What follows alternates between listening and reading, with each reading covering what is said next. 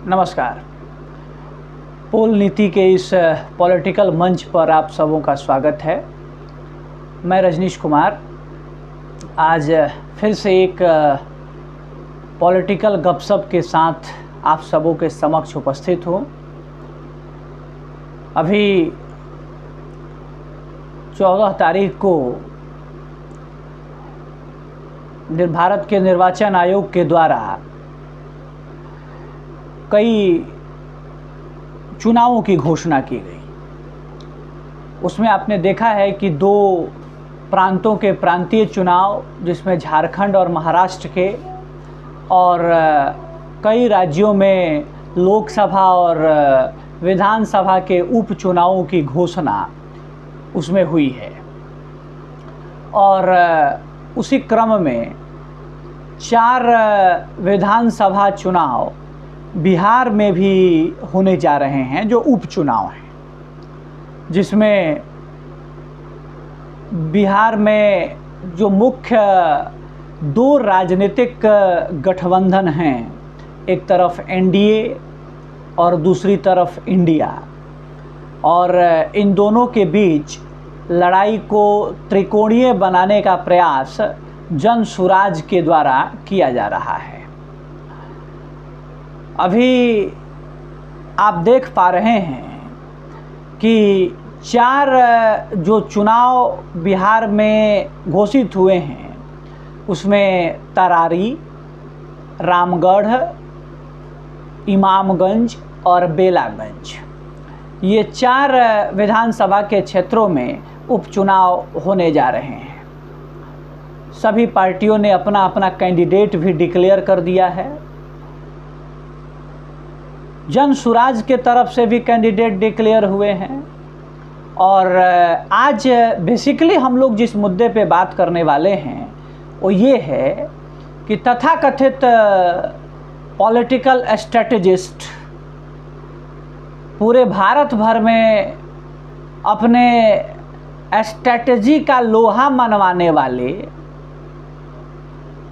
लेकिन वो स्ट्रेटजी का लोहा किसी दूसरे के कंधे पे बंदूक रख के मनवाया गया है। मैं किसके बारे में बात कर रहा हूं, आप समझ गए होंगे। उन्होंने अब भी अपने उम्मीदवारों की घोषणा की है, और जो तथाकथित पॉलिटिकल स्ट्रेटेजिस्ट हैं, उनके जो स्ट्रेटजी का हालत होता जा रहा है बिहार में, वो उनकी स्ट्रेटजी के क्षमता पर ही सवालिया निशान लगा रहा है। आप सही सुन पा रहे हैं, मैं प्रशांत किशोर के बारे में बात कर रहा हूं। प्रशांत किशोर आज तक भारत में एक पॉलिटिकल स्ट्रेटजिस्ट के रूप में जाने जाते रहे हैं, लेकिन उन्होंने जितनी स्ट्रेटजी बनाई है वो सभी स्ट्रेटजी पीछे से रह के बनाई है। फ्रंट का चेहरा कोई और रहा है। कभी वो चेहरा नरेंद्र मोदी रहे हैं, कभी वो चेहरा नीतीश कुमार रहे हैं, कभी वो चेहरा ममता बनर्जी रही हैं, कभी वो चेहरा जगन मोहन रेड्डी रहे हैं, कभी वो चेहरा अरविंद केजरीवाल रहे हैं। तो पीछे से बनाया गया। ये पहला ऐसा अवसर है बिहार में जब प्रशांत किशोर खुद फ्रंट पे हैं, और इस फ्रंट पे रहते हुए जो स्ट्रेटजी वो बना रहे हैं उसमें वो लगातार फेल होते जा रहे हैं। 1-2 उदाहरण मैं आपको सामने रखूंगा। अभी उन्होंने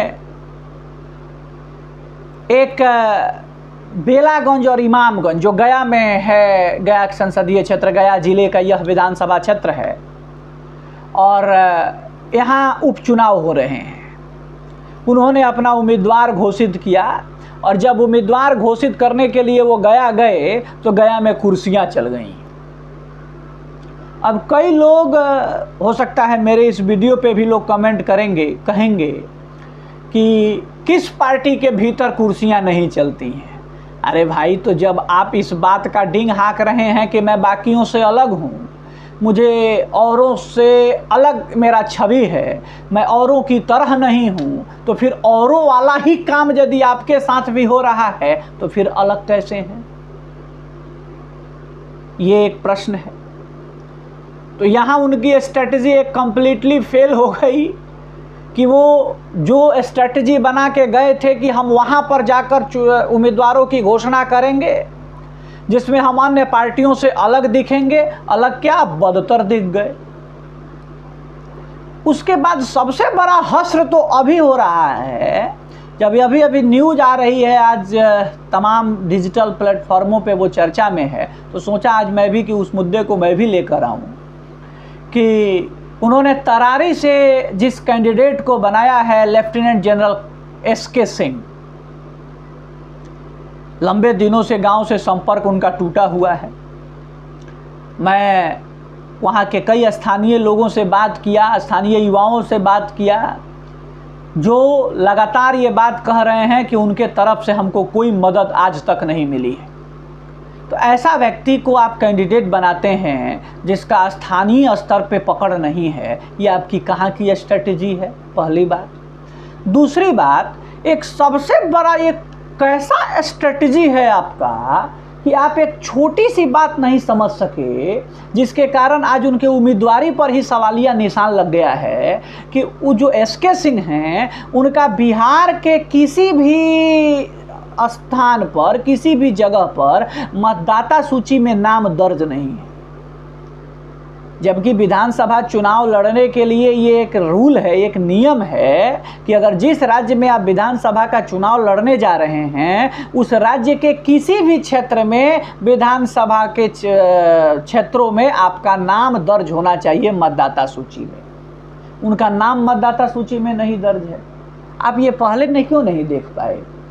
चर्चा ये भी आया कि जिस दिन ये उम्मीदवारी की घोषणा हुई और उम्मीदवारी की घोषणा करने के बाद जब ये लोग शेखपुरा हाउस पहुंचे जहां प्रशांत किशोर रहते हैं, वहां जब ये पहुंचे तो वहां पर एसके सिंह ने कहा कि हमारा जो वोटर आईडी है वो नोएडा का है।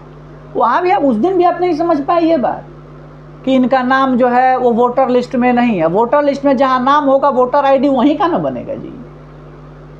आज उस पर सवालिया निशान लग गया है कि उनकी शायद ऐसा संभव हो सकता है कि उनकी उम्मीदवारी भी वापस लेनी पड़ जाए, क्योंकि ये नियमानुकूल नहीं है। आप वो लड़ ही नहीं सकते, चुनाव हो ही नहीं सकता है ऐसा।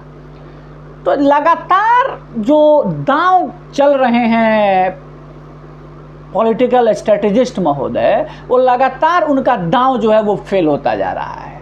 उस दांव का कोई अर्थ न रह नहीं जा रहा है। एक बिहार की राजनीति उनको समझनी चाहिए। बिहार की राजनीति अभी मुझे लगता है कि अभी उसमें उनको और अध्ययन करने की ज़रूरत है, क्योंकि बिहार की राजनीति में एक नया अध्याय तिक्रम भी है, जो शायद उस व्यवस्था से में वो फिट नहीं बैठ पा रहे हैं। तो राजनीति तिक्रम का भी एक खेल है, वो भी आपको समझ लेना चाहिए। वो अध्याय अगर शायद आपका पढ़ना बाकी रह गया है तो पढ़ने की आवश्यकता है। अन्यथा अभी तक जो आपके दांव चले गए हैं वो दांव फेल होते जा रहे हैं। रही बात बड़ी बड़ी बातें करना, लंबी लंबी बातें करना, लोगों को सब्जबाग दिखाना, ये सब सुनने में बहुत अच्छा लगता है। लोग शुरुआती समय में इससे आकर्षित भी हो सकते हैं, लेकिन चुनावी राजनीति में वो कितना प्रतिफल देगा यह कहना बड़ा मुश्किल काम है। यह बहुत कठिन काम है इस बात को कहना कि जो आपकी सभाओं में भीड़ आ जाती है, लोग आपके साथ आ जाते हैं, तो कोई ज़रूरी नहीं है कि आपको वोट मिल ही जाए। पहली बात। दूसरी बात, ये वोट मिले ना मिले वो एक अलग बात है। आप चुनाव हारें ना हारें उससे एक अलग बात है। वो तो एक विश्लेषक के नाते हम लोग टाइम टू टाइम उसका विश्लेषण करते रहेंगे। परंतु एक बात और गौर करने की है कि लगातार इन ये जो कैंडिडेट बना रहे हैं, कैंडिडेट में एक बात और गौर करने की है। इनका कहना था कि हम आम लोगों को, आम जनता के बीच के लोगों को कैंडिडेट बनाएंगे। ये बताइए, ये तरारी विधानसभा में जो एसके सिंह को कैंडिडेट बनाए, ये एसके सिंह कहाँ, तरारी विधानसभा के मुझे लगता है कितने लोग उनको जानते होंगे, यह भी एक सवालिया निशान है। ठीक है, तो अब काबिलियत की क्या परिभाषा है आपके नज़र में, वो मुझे तो नहीं पता है, लेकिन अगर आप काबिल लोग को ही बनाना चाहते हैं तो फिर उस काबिलियत की क्या परिभाषा है, ये एक बार अपने अपने स्तर से सब लोग समझते हैं, ये उनकी अपनी समझ होगी, उस समझ के अनुसार वो लोगों को कैंडिडेट बनाते हैं। लेकिन एक विश्लेषक के नाते मेरा कहना है कि ऐसे व्यक्ति को अगर कैंडिडेट बनाया जाएगा तो वाकई स्थानीय जनता जो है वो उस पर बहुत हद तक आकर्षित नहीं हो सकती है, क्योंकि चुनावों में एडुकेशन बड़ा फैक्टर रहता है। ये मैं थोड़ा इससे दिगर बात करता हूँ, मैं इससे थोड़ा सा विलग होकर बात करता हूँ।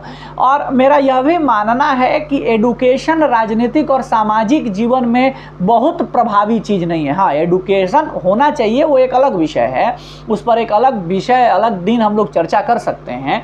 लेकिन कई बार आप गाँवों में ऐसे लोगों को भी देखे होंगे जो बहुत पढ़े लिखे तो नहीं हैं, बहुत समझदार तो नहीं हैं, परंतु वे जो फैसले दे देते हैं, पंचायती कर देते हैं, अपने अनुभव से लोगों के बीच अपनी बातें साझा करते हैं, वो कई बार पढ़े लिखे लोगों से भी बेहतर होती है।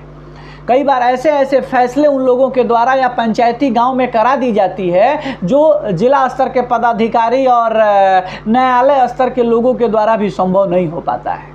तो इसलिए एडुकेशन एक तथ्य हो सकता है ज़रूर, मैं उसका विरोध नहीं करता हूँ, लेकिन भारतीय समाज में एडुकेशन ही केवल एकमात्र शर्त हो, मुझे लगता है कि ये बेईमानी होगी, ये ठीक बात नहीं है। क्योंकि कई ऐसे लोग भी हैं जो एडुकेशन नहीं लिए हैं फिर भी वो बहुत काबिल हैं सामाजिक स्तर पे, या एडुकेशन का मतलब ये है कि वो सामान्य ग्रेजुएट हैं फिर भी उनकी काबिलियत बहुत अच्छी है, उनकी सोचने समझने, समाज में लोगों की समस्याओं में उनके जागरूक रहने, समस्याओं को सुलझाने के प्रति उनका जो दृष्टिकोण है उसमें उनकी भूमिका बहुत ही अग्रणी है और बहुत एग्रेसिवली वो उसमें निभा रहे हैं। इसलिए ऐसे ऐसे जो ये हेलीकॉप्टर वाले पॉलिटिशियन आप बना रहे हो, ऐसे ऐसे हेलीकॉप्टर वाले लोगों को आप उम्मीदवार बना रहे हो, तो आप कहाँ दूसरे पार्टियों से अलग हो? दूसरी पार्टियां भी तो यही करती हैं, दूसरी पार्टियां भी तो यही करती हैं कि कहीं से ले आती हैं और एन कैन प्रकारेण। अब मैं उन सब चीज़ों का वर्णन नहीं करना चाहता,